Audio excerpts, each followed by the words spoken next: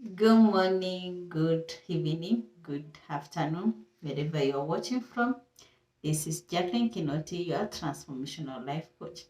So previously I've talked about the functional families, and we have seen, and the functional families is where healthy normal functioning is affected by internal conflict or external conflict that affect how the basic needs of the family are being met.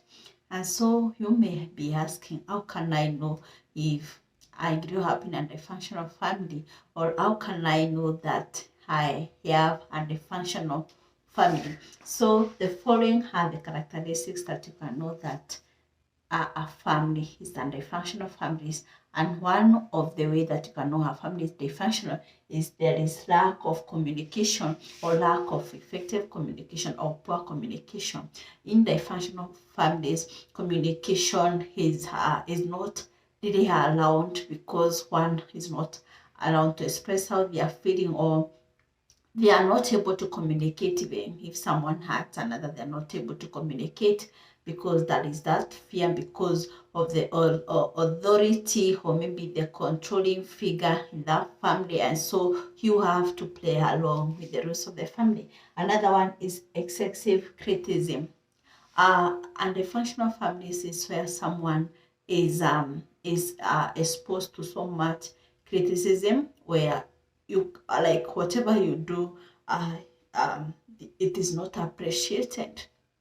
They have maybe to shame you, to belittle you, and where you feel like you're not worthy, you feel like you're not good enough, and that also leads to having self-esteem issues. Another one is little to no have empathy. In the functional families, they don't regard so much about the feeling of other people. It's all about maybe maintaining this perfectionism, maybe maintaining this perfect image on the outside, whereas this person who is in that family, maybe is they're invalidated, or maybe how they are feeling is being invalidated. So in a dysfunctional families, they are not able, you're not able to express how you feel in a safe environment, or rather that is not safe environment in the functional families. Another one is family members comparison.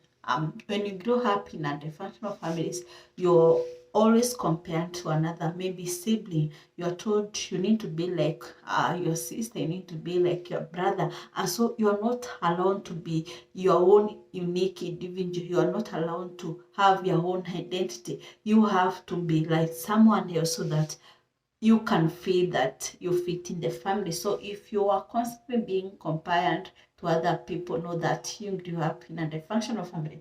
Another one is unpredictable interactions. You know, when in a dysfunctional families, most the parents have unresolved issues that affect their parenting. And so you may be growing, you may have grown up in a family where the parents were emotionally unavailable, or they were abusive, or maybe they were mentally ill, and so there was not that regular interaction. You didn't know how you're going to interact with these people, maybe because maybe sometimes the caregiver came maybe home when they are drunk and they beat you, and so you are prone to this unpredictability. You don't know what will happen that day. Sometimes even if you have been used to so much beating, and when it doesn't happen, so you also wonder, you get to understand that this kind of abuse is the normal, which is not exactly how it should be. So in the functional family studies and unpredictability, you don't know how you're going to be treated, because sometimes you're treated good, sometimes you're treated in a way that is not good. So another one is the conditions for care. In the functional family studies, there is no unconditional love. Instead, there are conditions on how you need to be loved, on how you need to be cared for. So, or the caregiver tells you, you need to be like this and this, so that I can buy you something, and something of the sort. You need to be like this way. You need to do something like this, so that so that they can feel good as a parent. You have to do this certain course so that you can feel belong. You have to make, it's like you have to make the caregiver happy so that they can love you. And so these are things that affect people even into adulthood, because they think that how they have been conditioned, maybe to do some certain things so that they can feel loved. That is what makes them even get into another relationship where they have to do something. They have to make other people happy. They have so that they can belong, so that they can feel worthy. Another one is excessive expectation. When you are grown up in a dysfunctional families, they always place so much expectation on you, especially if the parent did achieve what they had wanted to do. They usually, like, they want the parent to be their younger version to achieve what they didn't achieve. So they will place so much expectation of, maybe for example, if you are the firstborn, they will place so much expectation on how you need to behave so that the young ones can follow suit, but they don't allow the person to be the kind of person, to be their authentic self, to be their true self, because there's so much on them they have to do, which weighs them or weighs on their emotional impact or emotional experience. Another one is the power struggles, or where the parent is that there is so much of controlling.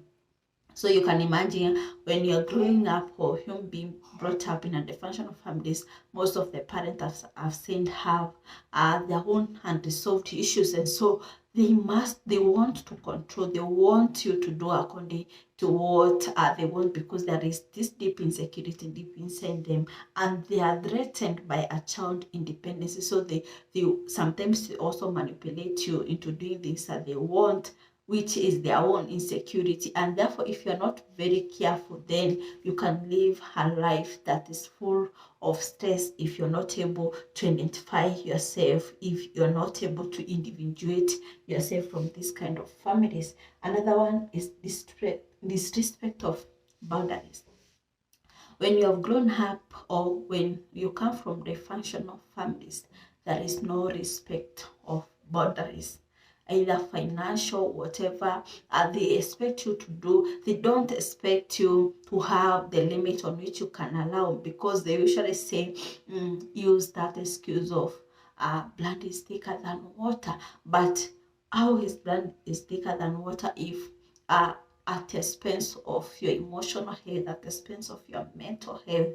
So you need, as a person, as maybe an adult or wherever you are, you need to understand that in order to individuate yourself, you have to ensure that you're so firm with your boundaries, and maybe that will require you seeking professional help so that you can able to deal with the aftermath of growing up in a dysfunctional family.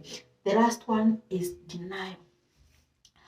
Most people in dysfunctional families live in denial. They are denying the reality. There is a problem in the family because they want to portray that perfect image in the society. But internally, the family is having chaos, is having problems, and they are avoiding to solve. So they want to be in denial. So if you have grown in that kind of a family, understand that all is not lost.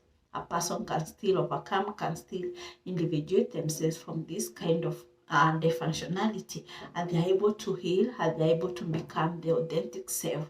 And that will require you to do a lot of work in meeting those needs that were never met, those emotional needs, in the aftermath of maybe abuse and all that. Because when you are living with these unresolved issues from having grown up in dysfunctional families, no matter what you do, they'll keep on sabotaging your life or causing chaos in your life. So that's all for today. Thank you for watching, and see you in the next video.